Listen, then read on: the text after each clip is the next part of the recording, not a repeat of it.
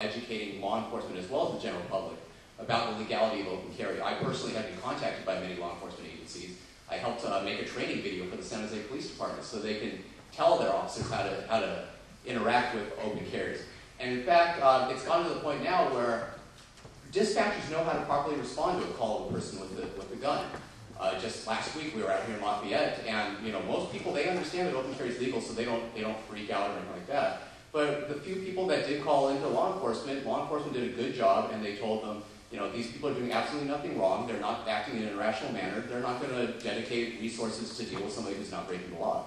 So AB 1934 would only serve to take away the right of a law-abiding citizen to carry a firearm for personal protection, and basically leave law-abiding citizens as easy targets for criminal behavior. Ms. Arson, on the public safety aspects of this. Well, Josh, is this on? Yes.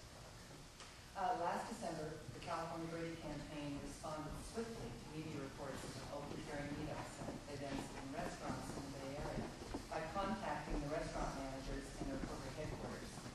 We alerted them about the planned meetups and asked them to declare a no-guns policy to prevent the meetups from taking place. Among others, two major chains, Pete's Coffee and California Pizza Kitchen, responded immediately by posting no-guns policies on their websites, citing concerns for the safety of their customers. We were surprised when Starbucks tried to duck the issue by claiming they had to allow guns on the premises because it was not against the law. Of course, they have private property rights and can prohibit bare feet, smoking, pets, and other inappropriate behaviors in their stores. They also have a no-guns policy for their employees, so their refusal is both a nonsensical double standard and socially irresponsible. Displaying a lethal weapon in public, if it is not your job, is irresponsible and reckless. It is a provocative act of intimidation. The Brady campaign partnered with Credo to launch a nationwide petition in February to persuade Starbucks to put public safety first and exercise their private property rights to do what was best for the community.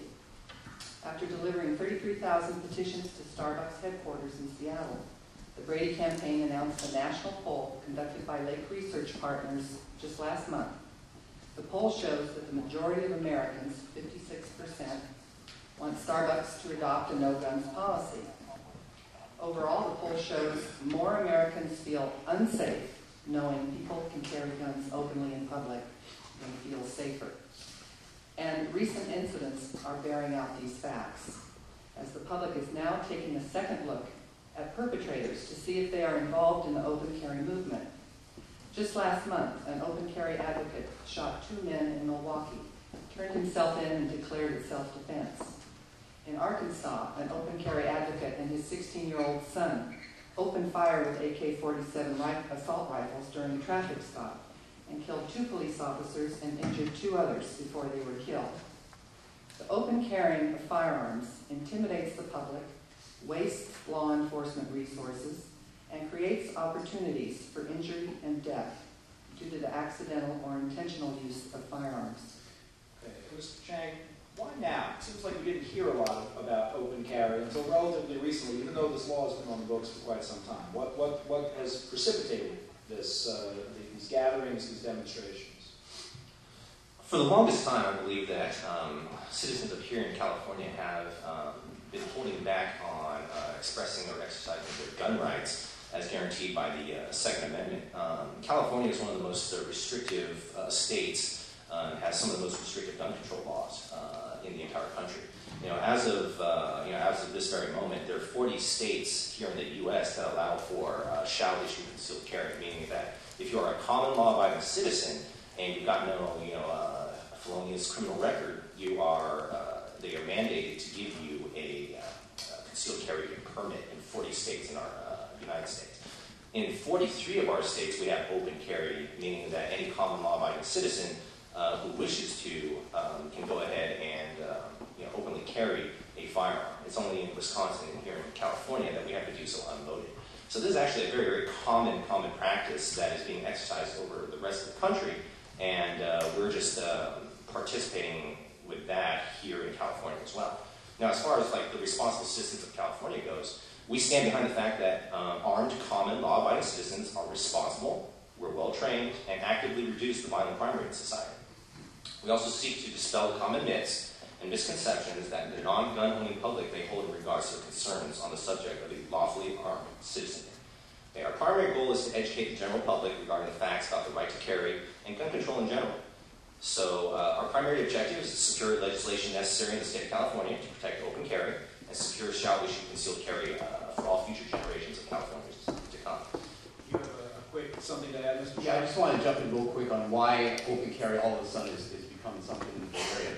Quite honestly, I never knew it even was legal. I mean, I always heard stories, even going back to high school, that you can carry a firearm, but I was always told you can't carry ammunition with you. And at that point, there's no reason to do it. It's more of a demonstration. And that's one of the things that people are saying, that open carriers do it because we want to demonstrate or protest or show off our ability to do so. And that's not the truth. Most people open carry because they want to be able to carry a firearm for personal protection. The fact that when I found out that I can carry ammunition, that was the game changer. Because all of a sudden it now gives me that ability to protect myself. So it's only when I found out that it was legal at the end of 2009, that's when I spent a good month researching the issue, finding out what was legal, and that's when this all began in the Bay Area. Let's actually turn to some of the audience questions here, because I think that there's actually several questions along the same lines which pertain to what you just said. Put simply, what is the point of wearing a gun in public? Do you expect that there will be a need to use it? And if so, will that not add to the potential chaos and danger of the situation? Another person put it, is this right to open carry more about personal safety, or is it more about an anti-government sentiment? Another person put it, what good really does an unloaded gun do? Can you really load it fast enough to defend yourself when necessary? Mr. Shahab, and then Assemblywoman. Okay, I'll speak personally for this. I'm a fan of concealed carry. I have concealed carry permits issued to me from other states. Right now, at this moment, I can carry legally concealed in 32 states. California, the state that I was born and raised in, that I live in, doesn't feel that my life is important enough to be able to defend myself with a concealed carry permit. As a result, open carry is the only legal means that I have to protect myself. So for me, it's not about showing off or trying to intimidate people or make a statement. It's about having a tool at my disposal, and that's the thing we need to get clear here. A firearm is not evil on its own. It's a tool with which a person can use to defend themselves, and that's why I do. Assemblywoman, please address that, but also in combination with that, how does this bill, in light of case law, not violate the individual rights guaranteed by the Second Amendment? And what's the official position of law enforcement on your bill? Well, the official position of the California Association of Police Chiefs and the Peace Officers Research Association of California is support. They recognize that their officers are dealing with more of these open carry situations and that it is increasingly forcing them to respond. Going back to some of the conditions that are placed in open carry in other states, there are requirements that a person be trained, have the gun registered to them, and provide identification when asked by a law enforcement officer. In California, we have none of those conditions in place. So someone openly carrying a gun, for people to say they are law-abiding citizens, there is no way to verify that. There is no way to verify that a person is not under a restraining order. There is no way to verify that that person has a criminal background. When they're contacted by law enforcement under the current law,